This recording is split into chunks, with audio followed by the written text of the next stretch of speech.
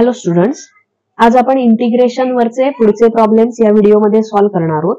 First problem आहे 2x + 3 divided by 5x - 1 dx. इंटिग्रेशनचे जे direct फॉर्म्युले आहेत त्यातला कोणताही फॉर्म्युला आपण ह्या इंटिग्रेशनसाठी डायरेक्टली अप्लाय करू शकत नाही, म्हणून ह्या प्रॉब्लेमला आपण कन्वर्ट करून घेणार आहोत, सिम्प्लिफाय करून घेणार आहोत. तर हा प्रॉब्लेम सोडवत असताना 2x + 3 हा न्यूमरेटर आहे, 5x - 1 हा डिनॉमिनेटर आहे. म्हणजेच 5x - 1 ने 2x + 3 ला डिवाइड केलेला आहे. मग आपण ह्याला डिव्हिडंड इज इक्वल टू, आपल्याला माहिती आहे dividend is equal to divisor into quotient plus remainder असं आपण लिहू शकतो. मग अशा फॉर्म मध्ये आपण ह्याला एक्सप्रेस करून घेऊया आणि नंतर मग सॉल्व्ह करूया.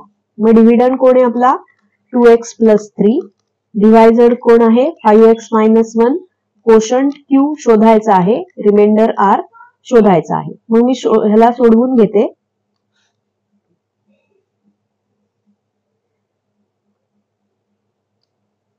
(2x + 3 ला आपण डिवाइड करणार आहोत 5x - 1 ने. आता इथे आपल्याकडे 5x आहे आणि 5x आणि 2x आहे. मग 5x वरून 2x कसा मिळवता येईल, तर 5x ला जर आपण 2/5 ने मल्टिप्लाय केला तर आपल्याला कोण मिळतो 2x मिळतो. म्हणून मी इथे 2/5 ने काय करणार आहे मल्टिप्लाय करणार आहे. कुणाला 5x - 1 ला. मग 2/5 ने मल्टिप्लाय केला 5x - 1 ला तर काय मिळेल 2x - 2/5. मग इथे लिहून घेऊया 2x - 2/5.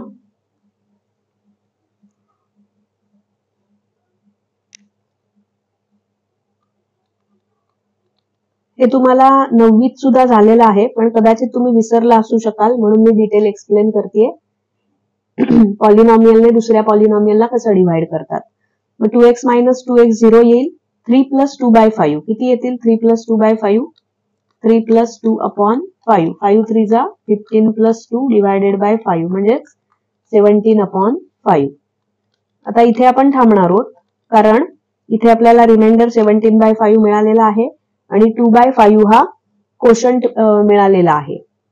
आपण कधी थांबतो जेव्हा हा जो डिव्हायझर आहे ह्यामध्ये व्हेरिएबलची डिग्री जी आहे त्याच्यापेक्षा लहान डिग्री इथे मिळाली की आपण थांबतो. मग इथे कोशंट 5x मध्ये x ची डिग्री 1 आहे आणि इथे x ची डिग्री कॉन्स्टंट टर्म मिळाली म्हणजे x ची डिग्री 0 आहे. त्यामुळे इथे आपण थांबणार, अजून पुढे भाग लावणार नाही. म्हणजेच कोशंट काय मिळाला तुम्हाला, हा q आहे आणि हा काय आहे r आहे. म्हणजेच 2x + 3 कसा लिहिता येईल 2x + 3 is equal to quotient म्हणजेच 2/5 इंटू डिव्हायझर म्हणजेच 5x - 1 प्लस रिमाइंडर इज 17/5. आता जे ओरिजिनल आपलं इंटिग्रेशन आहे ते सॉल्व्ह करूया. इंटिग्रेशन काय होतं I is equal to integration 2x + 3 divided by 5x - 1 dx. आता 2x + 3 ची जी व्हॅल्यू मिळालेली आहे ती सबस्टिट्यूट करूया. काय मिळाले 2x + 3 2/5 into 5x - 1 plus 17/5 divided by 5x - 1 आहे तसंच. आता आपण डिव्हायझर आहे हा सेपरेट करूया, डिनॉमिनेटर जो आहे तो सेपरेट करूया. म्हणजे काय मिळेल integration 2/5 into 5x - 1 divided by 5x - 1 dx plus integration 17/5 divided by 5x - 1 dx.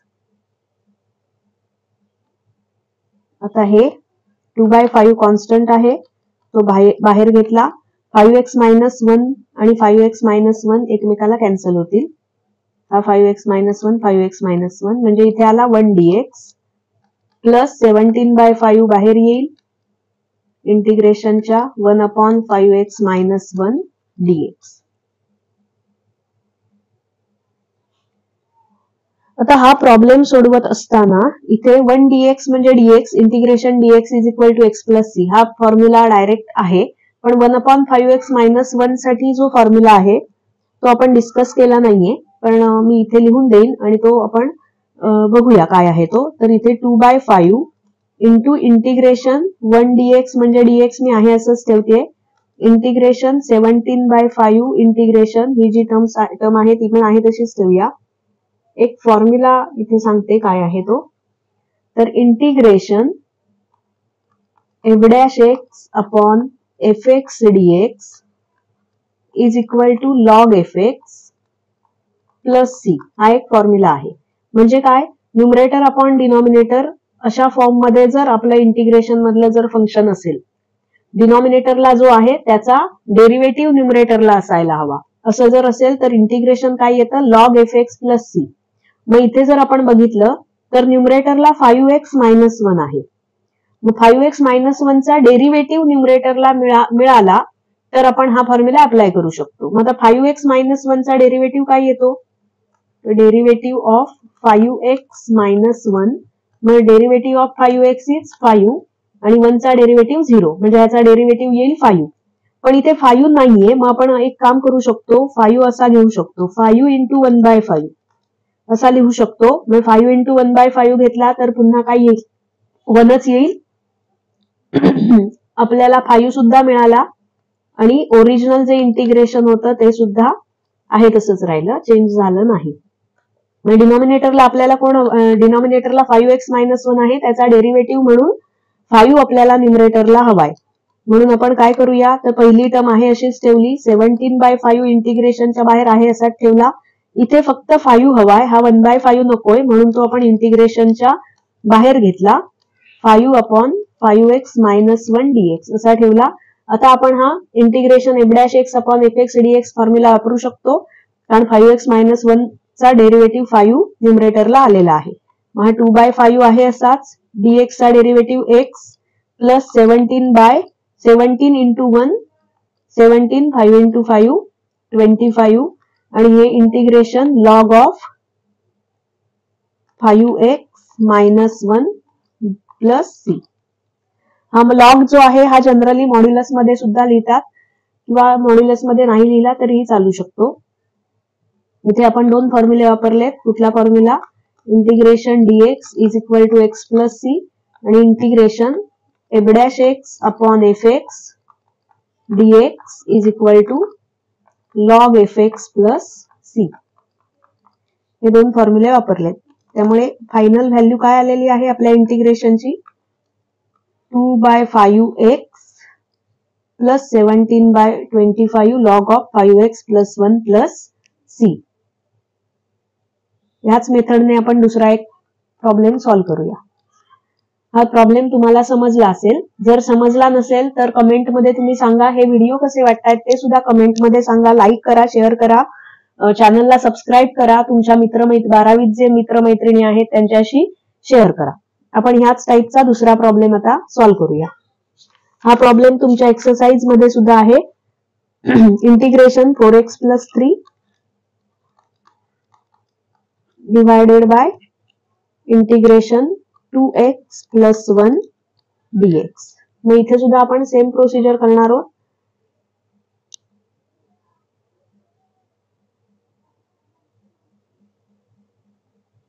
Numerator upon denominator form आहे, त्यामुळे काय लिहिलं होतं मगाशी आपण, डिव्हिडंड इज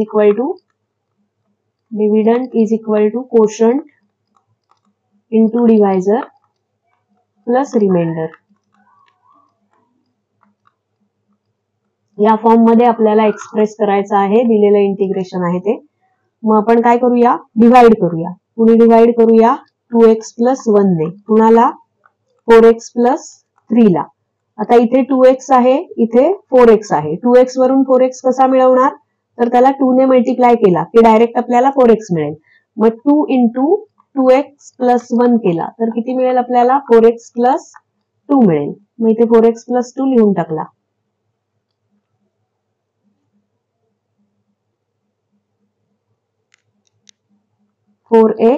प्लस 2 सबट्रॅक्शन केल्यावर काय मिळेल, 4x 0 होईल, 3 - 2 1 होईल. हा कोण आला, कोशंट आला, आणि हा कोण आला, रिमाइंडर आला, म्हणजेच 4x plus 3 is equal to 2 into 2x plus 1 plus 1.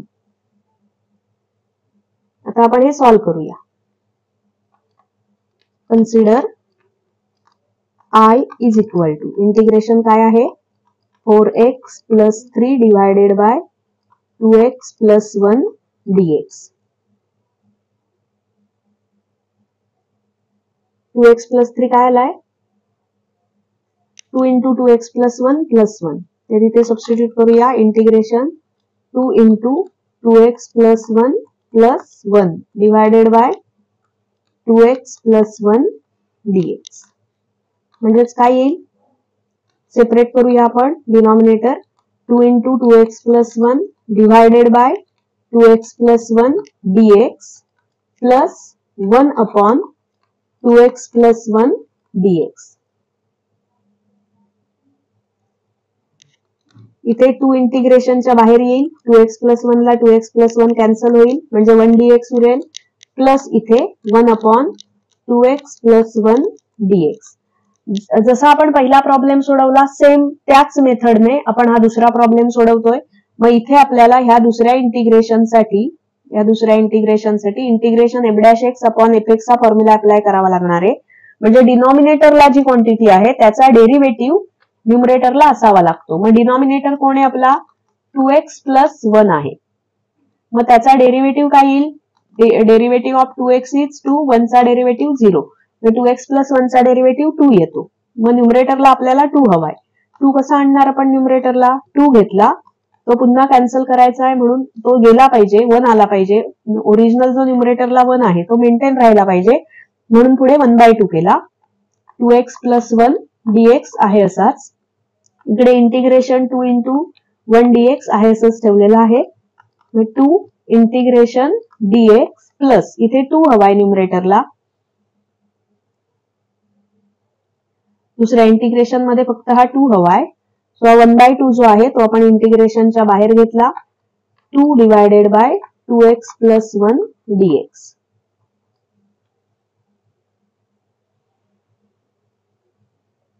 तर मगाशी जे दोन फॉर्म्युले वापरले तेच फॉर्म्युले वापरून आपण इथे इंटिग्रेशन सॉल्व्ह करणार आहोत. Integration dx is equal to x plus c integration f' upon fx dx is equal to log of fx plus c. मग इथे काय येईल 2 into dx integration x plus 1/2 आहे असाच आणि f' upon fx 2x plus 1 चा derivative न्यूमरेटरला आहे त्यामुळे हा होईल log of 2x plus 1 plus c. हे आपल्याला हवं असणारं इंटिग्रेशनचं उत्तर आहे. तुम्हाला हे प्रॉब्लेम कसे सॉल्व्ह करायचे हे समजले असतील. आपण अजून एक प्रॉब्लेम ह्याच मेथडने पण थोडा वेगळा आहे तो सॉल्व्ह करूया. थर्ड प्रॉब्लेम सेम मेथडने सॉल्व्ह करायचा आहे, फक्त डिनॉमिनेटरला रूट दिलेला आहे. Integration 2x minus 7 divided by integration 3x minus 2 dx. आता इथे मगाचे जे दोन प्रॉब्लेम होते त्यात स्क्वेअर रूट नव्हतं, डिनॉमिनेटरला स्क्वेअर रूट नव्हतं, पण इथे डिनॉमिनेटरला स्क्वेअर रूट दिलेला आहे. तरी सुद्धा सेम मेथडने सॉल्व्ह करायचा आहे. स्क्वेअर रूट घ्यायचं नाहीये जेव्हा आपण कोशंट आणि रिमाइंडर शोधतोय तेव्हा. मग पुन्हा आपल्याला काय करायचं आहे dividend is equal to quotient into divisor plus remainder या फॉर्म मध्ये आणायचं आहे. मग आपण कुणी डिवाइड करूया 3x मायनस 2 ने डिवाइड करूया. बघा ह्या प्रॉब्लेम सेम आहे. जरी स्क्वेअर रूट दिसत असेल तरी घाबरून जायची काही गरज नाहीये. स्क्वेअर रूट शिवाय आपण ती स्क्वेअर रूट मधली क्वांटिटी घेणार आहोत आणि नंतर स्क्वेअर रूट सिम्प्लिफाय करणार आहोत. ते नंतर बघू. आता आधी आपण इथे कोशंट आणि रिमाइंडर शोधून घेऊया. 2x minus 7. आता 3x वरून 2x कसा मिळवायचा तर 3x ला 2/3 ने मल्टिप्लाय केला तर 3 ला 3 कॅन्सल होऊन 2x मिळतो. म्हणून आपण 2/3 ने मल्टिप्लाय करूया. मग 2/3 ला जर मी मल्टिप्लाय केला कुणाला 2x मायनस 2 ला 2/3 ने मल्टिप्लाय केला तर 3x इंटू 2/3 बरोबर 2x मिळेल. मायनस हा काय होईल 4/3. सो इथे लिहून घेऊया 2x मायनस 4/3. आता कॅल्क्युलेशन करूया. 2x आणि हा मायनसचा प्लस होईल. 2x मायनस 2x 0 होतील. हा -7 प्लस 4/3 होईल. -7 प्लस 4/3 किती होतील? 7 3 जा -21 प्लस 4 डिवायडेड बाय 3 म्हणजेच -17 divided by 3. -17 divided by 3. Substitute करूया. काय मिळेल आपल्याला?